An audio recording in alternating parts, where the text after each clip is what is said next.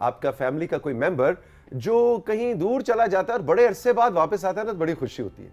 मुंडा जनाब काम करने वास्ते मुल्क तो बाहर चला गया सी, कुड़ी पढ़न वास्ते बाहर चली गई सी, काम करने वास्ते बाहर, शादी हो गई थी, लड़का या लड़की के इधर वो चले गए। अब ये नहीं कहना सिर्फ लड़की की शादी होके जाती है, लड़का का भी कहना है, वरना वो फिर जेंडर वाला मसला आ जाता है ना। अब तो लड़कों की भी शादियां होके जा रहे होते हैं। ऐसी ही हमारी फैमिली यानी राइजिंग पाकिस्तान की एक मेंबर इरम इमरान बड़े अरसे से गायब थी।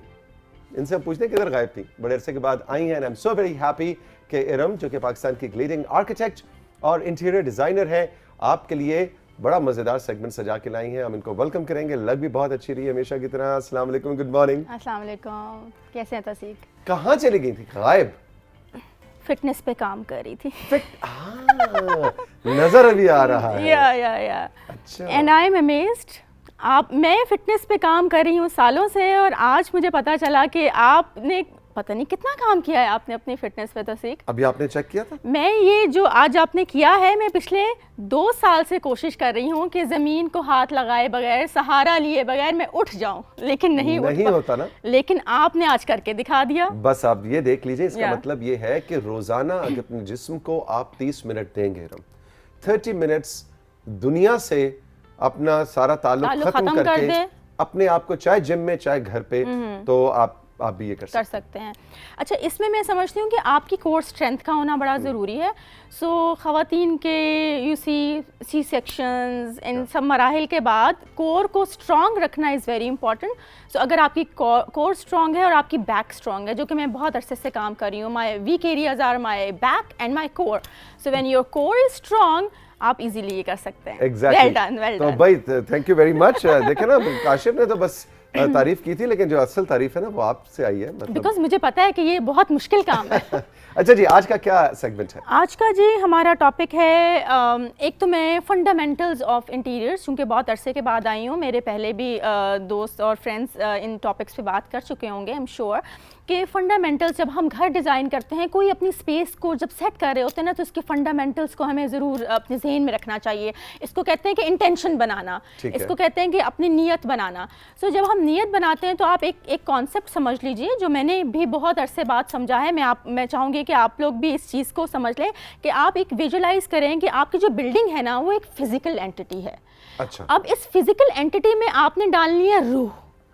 सो जब इंटीरियर है वो उसकी रूह है। वाह वाह वाह। सो उस रूह को आपने किस तरह से उसके अंदर डालना है, उसमें कौन कौन से एलिमेंट्स आएंगे, उसके कौन से फंडामेंटल्स हैं, उसको अलाइव कैसे रखना है, उसको आपने फीकी, उसको आपने बेरंग, उसको आपने मुरझाई हुई नहीं बनाना। उसको आपने जितना रंगदार, जितना एक्साइटिंग बनाएंगे, उतना ही जो फिजिकल आपकी एंटिटी है वो हैप्पी और लाइवली और फुल ऑफ लाइफ फील करेगी। ठीक है, रूह वाला कॉन्सेप्ट बड़ा जबरदस्त है। So this concept is very important. मतलब बी इट अ होम, कोई आपका ऑफिस है, कोई भी जगह है जहाँ पे आप रहते हैं, उसमें रूह डालने के लिए हम लोग इन चीज़ों का सहारा डाल लेते हैं और उसमें रूह डाल देते हैं। बिल्कुल ठीक है। कुछ स्लाइड्स भी आपने कराई हैं? उस स्लाइड्स में ये है कि आप अगर 5 फंडामेंटल्स है जो अपने जहन में रख के, 5 सेंसेस है, बच्चा जानता है कौन सी हमारी 5 सेंसेस है, उन सेंसेस को आपने अपने डिजाइन में लेके आना है और इन सेंसेस के थ्रू आपने उसमें रूह डाल देनी है। अब वो सेंसेस कौन कौन सी है, हम 1 बाय 1 उस पे को डिस्कस करेंगे। हम अपनी पहली स्लाइड पे जाएंगे। उस्मान जरा लगाइएगा पहली slide. Sense of site. Sense of site मतलब कि देखने की हिस्स। देखने में आपने किस तरह की चीज़ दिखानी है, देखने में ऐसे कैसी लगनी चाहिए। ये मैंने आपको कुछ इसके इमेजेस दिखाए हैं कि फॉर एग्जांपल आपने देखना है कि हम जिस जगह बैठेंगे वहाँ पे हमें क्या नज़ारा नज़र आने वाला है, उसमें हमने कलर को कैसे बैलेंस करना है, चीज़ों को किस तरह से रखना है। एक ही तरह का फर्नीचर एक ही रंग का नहीं डाल देना, एक ही शेप का नहीं डाल देना, पीछे कौन सा रंग रखना है, आगे कौन सा रंग रखना है, कौन सा रंग ज़्यादा इस्तेमाल करना है, कौन सा रंग कम इस्तेमाल करना है, चीज़ों को कौन सी शेप्स देनी है, कौन सी चीज़ गोलाई में रखनी है, कौन सी चीज़ सीधी रखनी है, ज्योमेट्री को किस तरह से करना है। ये जो लेफ्ट साइड वाला इमेज है, जी जी, ये क्या है? ये मछलियाँ जो हैं, ये सनलाइट है जी। ये हमने फॉर एग्जांपल जिस तरह से स्काईलाइट होती है ना, ये स्काईलाइट को हमने, स्काईलाइट के ऊपर हमने कटवर्क से एक फॉर एग्जांपल एक डिजाइन बना दिया। अब वो जो लाइट है उसको क्रॉस कर रही है और उसका शैडो जो है, उसका शैडोज बन रहे हैं। Yes, so the sense of beautiful. मुझे उठ के स्क्रीन के पास जाना पड़ा कि मैं शक में पड़ गया था कि मेरी दूर की नजर खराब तो नहीं होगी।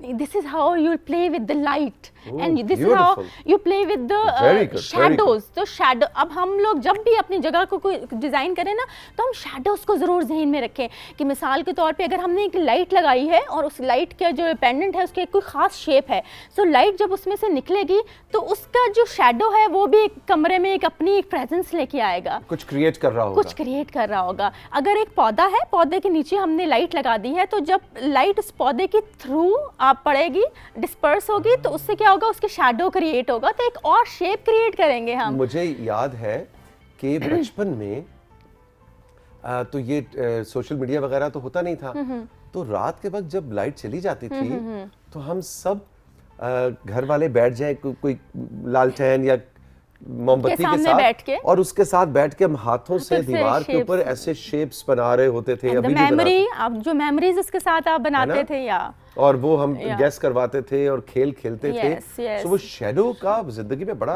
काम है मतलब, और ये सारे खेल हैं जिससे हम एक तो अपना मेमोरी बना रहे हैं, एक जगह पे बैठ के अपनी उस मेमोरी के साथ जब उस जगह को याद रखेंगे तो उस जगह की जो फीलिंग है या वाइब है वो मुख्तलिफ हो जाएगी। ठीक है? अच्छा जी, अगली स्लाइड पे चलते हैं, आगे क्या है कंट्रोल रूम? नेक्स्ट जी, हम लोग अब अगली जो हमारी हिस्स है वो है स्मेल की। अब स्मेल तो स्मेल का हमारी मेमोरीज के साथ इतना कोई स्ट्रॉन्ग ताल्लुक है। आपको बचपन में आपकी कोई ना कोई ऐसी स्मेल से एसोसिएटेड मेमोरी जरूर होगी जो कि अभी भी आप कहीं पे सूंघते हैं या आपको आती है, तो आपको वो मेमोरी आपकी वहाँ पे फ्रेश हो जाती है। अगर हम कहीं पे सिट्रस स्मेल करें तो हमें एकदम से सर्दियों का एहसास होना शुरू हो जाता है। अगर हम कहीं पे कॉफ़ी को स्मेल करें तो हम एकदम से हमारा एपेटाइट जो है वो एक्टिव हो जाता है, and we feel like you see कि हम लोग समझते हैं कि it is a pleasant smell. और इसके साथ साथ फिर हमें अपनी जगहों को देख के, स्पेसेस को देख के वहाँ पे स्मेल को कॉन्शियसली प्लान करना है। मिसाल के तौर पे अगर आपका लाउंज एरिया है या आपका डाइनिंग एरिया है, सो वहाँ पे तो आपके स्मेल का मतलब अब तो बड़े, जैसे आप अपनी इसमें स्लाइड में भी दिखा रही थी जी कि जैसे आप ये देखिए, एक कॉफ़ी की स्मेल है, फिर कॉन्शियसली हम लोगों ने डिफ्यूज़र्स का यूज़ करना है, कॉन्शियसली हम लोगों ने फ्लावर्स का यूज़ करना है। अगर हमारा लाउंज एरिया है, हमारे घर दावत है, या हमारा जो डाइनिंग स्पेस है, हमारी ड्राइंग स्पेस है, अगर हमने उसमें छोटे छोटे फूल, गुलदस्ते जिनके अंदर खुशबू होगी वो रखे होंगे, तो एकदम से एक तो आप घर में दाखिल होंगे तो आपको बड़ा एक प्लेजेंट फील होगा, ठीक है, और आपको काम फीलिंग आएगी। और उसके साथ साथ अगर हम लोग खाने की जगह है जहाँ पे किचन में अगर हमारा कोई मज़े के खाने जिस तरह से बन रहे हैं, उसकी स्मेल एक उसकी अलग इंपॉर्टेंस किचन के साथ अटैच है। ठीक है, अल्लाह गरी के रहमत करे, जन्नत नसीब करे। हमारी बहुत प्यारी दोस्त साइमा अब इस दुनिया में नहीं है, वो नाबीना थी, वो देख नहीं सकती थी, ठीक है, तो मेरी उनसे बड़ी दोस्ती थी, तो उन्होंने मुझे नाबीना शख्स के साथ जिंदगी गुजारना सिखाया। तो वो जब मैं उनसे ट्रेन हो रहा था एज अ फ्रेंड, तो मैंने उनसे ये जिक्र आया, आपने अभी बात की तो मुझे ख्याल है, मैंने कहा कि जब तुम किसी नई जगह पे जाती हो तो तुम्हें कैसे पता लगता है कि ये घर कैसा, ये कमरा कैसा है, ये कैसे, तो कहती है हमारे लिए उसका इंटीरियर, उस घर की, उस कमरे की खुशबू होती है, स्मेलस्केप ऑफ दैट स्पेस। कि मैं जब एंटर होती हूँ तो उसकी स्मेल से मुझे पता लगता है कि ये घर वाले कैसे हैं या इसका इंटीरियर कैसा है, लाइफस्टाइल कैसा है। कितनी खूबसूरत बात।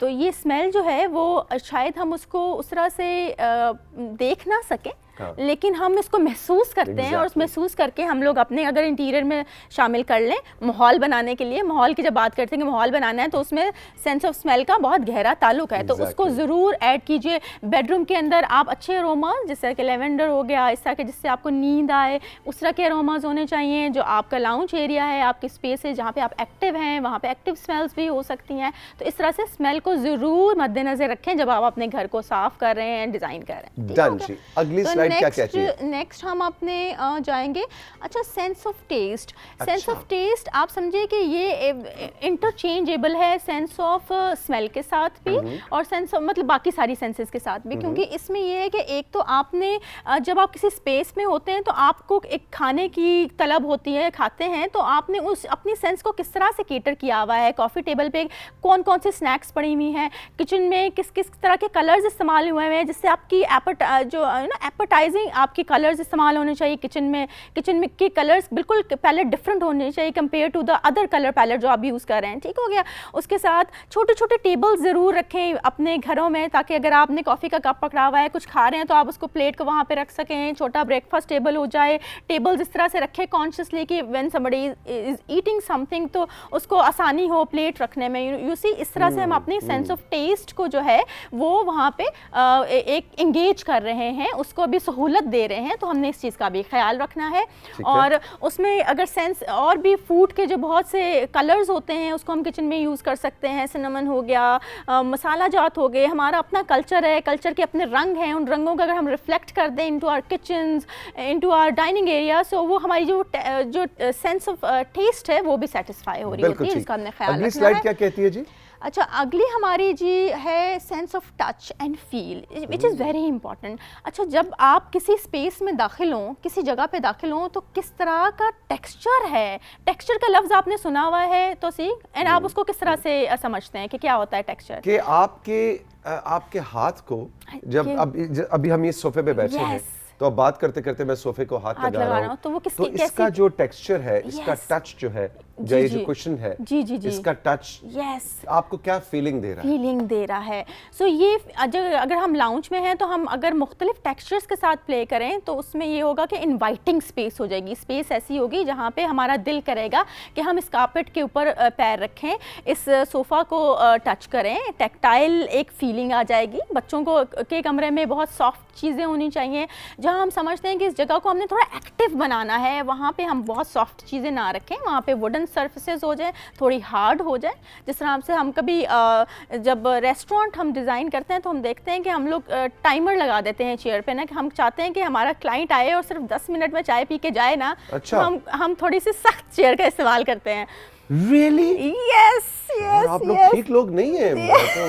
मैं तो समझता था ये इंटीरियर डिजाइनर आर्किटेक्ट बड़े अच्छे लोग होते हैं। हम कॉन्शियसली प्लान करते हैं ऑनर्स के साथ बैठ के कि अगर आप चाहते हैं, जिस तरह ब्रेकफास्ट टेबल हो जाता है, ब्रेकफास्ट जो बार स्टूल होते हैं, तो बार स्टूल पे आप ज्यादा देर के लिए नहीं, आप रेस्टोरेंट में अनकंफर्टेबल चेयर रखवाते हैं ताकि क्लाइंट जल्दी जाए। नहीं, खुल के बताएं, अब आप पकड़ेंगे। Not always. अगर हम चाहते हैं कि हमारा फाइन डाइन है तो हम चाहते हैं कि कोई घंटा बैठे हमारा। अब आप बात को बदल रही हैं। नहीं, ऐसा नहीं है, लेकिन ये है कि बल्कि आपके काम आएगी तो सही। अगर आप चाहते हैं कि बच्चे एक्टिवली बैठ के नाश्ता करें तो उनके लिए बार स्टूल का इस्तेमाल करें, कंफर्टेबल चेयर्स में उनको डाइनिंग पे मत बिठाएं।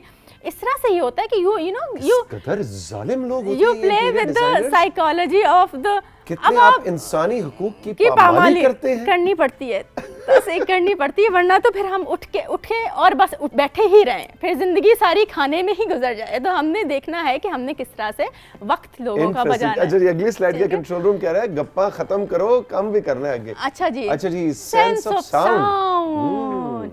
जब भी आप किसी महफिल में जाएं तो वहाँ पे आपने देखा होता कि म्यूजिक को किस तरह से इस्तेमाल किया जाता है। इसी तरह अपने घर में सेंस ऑफ साउंड, एक तो साउंड को किस तरह से मैनेज करना है कि साउंड पोल्यूशन आपने कैसे कंट्रोल करनी है। घर के बाहर की आवाज़ें हैं, अनप्लेजेंट है, तो आप चाहते हैं ना घर पे आए, तो इस तरह से कॉन्शियसली अपनी विंडोज़ को, डबल ग्लेज विंडो, बहुत ज़्यादा अब वैरायटी है मार्केट में साउंड कंट्रोल करने की, ठीक है ना। पानी की साउंड तो बड़ी बहुत रिलैक्सिंग होती है। तो आप अपने लाउंज में ऐसी जगहों पे जहाँ पे आप पानी की साउंड अगर आपको रिलैक्स करती हो तो एक इंडोर वाटरफॉल रख लें, बाहर भी आप वाटरफॉल होनी चाहिए। कुछ लोगों ने विंड चाइम्स, कुछ लोग तो बहुत साउंड के साथ उनकी बड़ी एक अच्छी एसोसिएशन होती है और इंटेलिजेंटली वो उसको यूज़ करते हैं। विंड चाइम्स का इस्तेमाल करें। फिर बाहर की जो चिड़ियों की आवाज़ें हैं, अगर आपको पता है कि आपका कोई दरख्त ऐसा है जहाँ पे चिड़ियाँ आके बैठती हैं, जहाँ पे उन्होंने अपना घोंसला बनाया हुआ है, तो उसको भी महसूस करें। उसके लिए आप थोड़ा सा अपना कभी कभार खिड़की खोल दें ताकि आपको नेचर का एहसास हो, पत्तों के हिलने की आवाज़ें आनी चाहिए आपको। इन सब चीज़ों को कॉन्शियसली बारिश अगर हो रही है तो बारिश अपने घरों को इतना बंद मत करें कि इससे ये है कि आपको लगे कि बस हम लोग सिर्फ अंदर ही के होके रह गए हैं। आप बाहर की जब नेचर को, जिसको कहते हैं आउटसाइड इन, कि बाहर की जो खूबसूरती है कुदरत की, उसको ज़रूर अंदर इनवाइट करें। उससे ये होगा कि आप अगर जब अपनी ये सारी सेंसेस को आप केटर करेंगे तो आपका लाइफस्टाइल बहुत बेहतर होगा। इसका पैसे के साथ कोई ताल्लुक नहीं है, इसका आपकी इंटेलिजेंट और how you look at the things उसके साथ ताल्लुक है। भाई इरम की सारी बातें और इनके आज की टिप्स आपको कैसे लगी? हमारे इंस्टाग्राम पे, जो कि राइजिंग पाकिस्तान का इंस्टाग्राम है, और हमारा व्हाट्सएप नंबर है, आपने उस पर हमें ज़रूर बताना है। और अगर इरम से आपने कोई सवाल करना हो, ये हमारा इंस्टाग्राम आपके सामने है, risingpakistan_PTV होम, इसको जाइए, इसको फॉलो कीजिए और इस पे बताइए कि इरम की आज की टिप्स आपको कैसी लगी, और अगर उनसे कोई आप सवाल करना चाहते हैं तो वो भी आप कर सकते हैं। अब हम बढ़ेंगे जनाब आपके मैसेजेस की जानिब। इरम को आज हमने एडिशनल रिस्पॉन्सिबिलिटी दी है कि आपके मैसेजेस भी इरम हमें बताएंगी कि किसने कहाँ से हमें क्यों याद किया है। जी इरम। ये जी बिल्कुल, ये एक्स्ट्रा, ये एडिशनल है। मैं इसको पूरा कोशिश करूंगी, इंसाफ करूं, कहीं पे कोई गलती होगी तो प्लीज माफ कर दीजिएगा। आप लोग रेस्टोरेंट्स में अनकंफर्टेबल कुर्सियां देते हैं ना, ये उसकी सजा मिल रही है। अब देखते हैं कि ये सजा कैसी जाती है। अच्छा जी, हसन अब्दुल ने हमें भेजा है डिस्ट्रिक्ट अटक से एक पिक्चर भेजी है अपनी। ठीक है लो जी, अटक वालों को हम वेलकम कहेंगे। वाह जी वाह, सरसों की, सरसों का रुत आई पीले फूलों की तुम याद आए, फिर सावन रुत की पवन चली तुम याद आए। भाई क्या बात है, पीले फूलों का वक्त आ चुका है, आजकल मौसम है स्प्रिंग, थोड़ी सी लेट हुई भी है लेकिन बाहर का मौसम। जी जी नेक्स्ट जी हमारी पिक्चर है हाजरा मजीद ने कलर का हार से तस्वीर शेयर की है। ओके, हाजरा ने क्या भेजा है जी? पेंटिंग है, वाह जी वाह, handmade painting, very nicely done, very nicely done. जबरदस्त। और ये कलर का हार की आपको पहाड़ियां भी इसमें, हाँ जी, कलर का हार की पहाड़ियां हैं और बिल्कुल बिल्कुल बिल्कुल बहुत खूबसूरत। वाह जी वाह, भाई हाजरा शाबाश, वेरी गुड जी। नेक्स्ट पिक्चर है मरियम ने भेजी है हारूनाबाद से। हारूनाबाद वालों को वेलकम कहेंगे हम राइजिंग पाकिस्तान ने। ओ जी, मरियम ने ये क्या भेजा? तो गुलाब जामुनों के कोई नस्ल का कोई लग रहा है मुझे, शाहकार घर के बने हुए गुलाब जामुन है ना भाई, वेरी गुड, एपेटाइज कर दिया, लेकिन हमारा कोई काम नहीं मीठे से। अच्छा जी, सलमान तारिक ने पिक्चर तो भेजी है लेकिन बताया नहीं कहाँ से। ओके, लेकिन हम चले सलमान को हम फिर भी वेलकम करते हैं। सलमान ने भी जनाब बाहर की पिक्चर भेजी है, ब्यूटीफुल। सलमान की 3 पिक्चर्स हैं जी, एक ये भी आप है, जगह देख के गेस कर सकते हैं कहाँ की होगी? बहुत मुश्किल है, बहुत मुश्किल है। ये कहीं भी हो सकता है, कहीं भी हो सकता है। ब्यूटीफुल भाई, खूबसूरत फूलों की तस्वीरें सलमान आपने भेजी, लेकिन अगली बार जगह का नाम जरूर बताइएगा जी। असदुल्ला ने पिक्चर भेजी है लिया पंजाब से। लो जी, लिया वालों को हम वेलकम कहेंगे। वाह जी वाह, असद क्या खूबसूरत फ्रेमिंग है भाई तुम्हारी, ब्यूटीफुल, जबरदस्त। असद की तस्वीरें भी बड़ी प्यारी है भाई, देखिए हर तरफ बाहर आई हुई है, लिया में भी फूल खिले हैं, ब्यूटीफुल, वेरी नाइस, लहलहाते खेत, वेरी नाइस भाई Asad, thank you very much. अच्छा जी, नेक्स्ट कुछ मैसेजेस हैं वो हम पढ़ेंगे। मेमूना ने कबीर वाला से लिखा है आपके लिए, कैसे हैं सब, सुबह का पहला सलाम राइजिंग पाकिस्तान और उसकी टीम के नाम। हम आपका शो बहुत शौक से देखते हैं। सुबह सुबह राइजिंग पाकिस्तान हमें भी अच्छा दिन गुजारने पे मजबूर कर देता है। तौसीक हैदर की एनर्जी और बातें हमें ये शो देखने पे मजबूर करती हैं। इसमें कोई शक नहीं है Maimuna, Maimuna thank you so much. लेकिन फायदा तो तब हो कि ये एनर्जी उधर भी ट्रांसफर हो, जो कि ट्रेनर काशिफ अभी कुछ देर पहले बात कर रहे थे ना कि एनर्जी का, पॉजिटिव एनर्जी का ट्रांसफर होना बहुत जरूरी है। अगर आप बैठ के जनाब सिर्फ सुबह बैठ के हमारा प्रोग्राम देख रहे हैं तो बात नहीं बनेगी, आपने उन चीज़ों को अपनी ज़िंदगी के, अपने लाइफस्टाइल में, अमल में भी लाना है और अपना फीडबैक भी हमें देना है। जैसे एक्सरसाइज अगर हो रही है तो सिर्फ देखना नहीं है, एक्सरसाइज करनी भी है। इरम ने जो आपको टिप्स दी हैं वो सिर्फ सुननी नहीं, उनको इम्प्लीमेंट भी करना है, तब मजा आएगा इस एनर्जी का। जी, शाजिया हयाताबाद से लिखती हैं, आदाब तौसीक सर, कैसे हैं आप? आपका प्रोग्राम हम रोज़ाना बड़े शौक से देखते हैं। सुबह सुबह उठ के हम आपका प्रोग्राम देखते हैं, बहुत सी मालूमात हासिल होती हैं। अल्लाह राइजिंग पाकिस्तान को हमेशा राइज रखे। बहुत शुक्रिया, बहुत शुक्रिया, बहुत अच्छा मैसेज है, थैंक यू वेरी मच। आपके लिए भी बहुत सारी दुआएं। एक और आखिरी मैसेज है, आखिरी मैसेज है जी, बिलाल ने लिखा है हाफिजाबाद से। अस्सलाम वालेकुम, पिछले प्रोग्राम में तौसीक साहब ने कहा था कि हमें बताएं आपका रमज़ान कैसा गुजरा, तो मैं बताना चाहता हूँ कि मैंने माशाल्लाह से रमज़ान के सारे रोज़े रखे हैं, वेरी नाइस। और तौसीक साहब ने कहा था ये भी बताएं कि रमज़ान में समोसे और पकौड़े खाए या नहीं, तो मैंने सिर्फ बिरयानी के साथ रमज़ान एंजॉय किया है। यानी सारे रोजे बिरयानी से खोले, मतलब कि समोसे और पकौड़ों को छोड़ के बिरयानी। अच्छा चलो चलो, फिर भी ठीक है, फिर भी ठीक है। हमने इरम सवाल ये रखा था कि कौन है जिसने पूरे रमजान में समोसे पकौड़े नहीं खाए और हेल्दी इफ्तारी की। लेकिन biryani do you think is healthy? नहीं चलो ठीक है, बेटर देन समोसे पकौड़े से तो बेहतर। बहरहाल भी बहुत बहुत शुक्रिया, आपने हमें फीडबैक दिया। Iram thank you very much, all the best. Rising Pakistan में साथियों वक्त है एक छोटे से ब्रेक का, और ब्रेक के बाद जब हम वापस आएंगे तो डॉक्टर नदीम इकराम और हिना फातिमा हमारे साथ होंगे।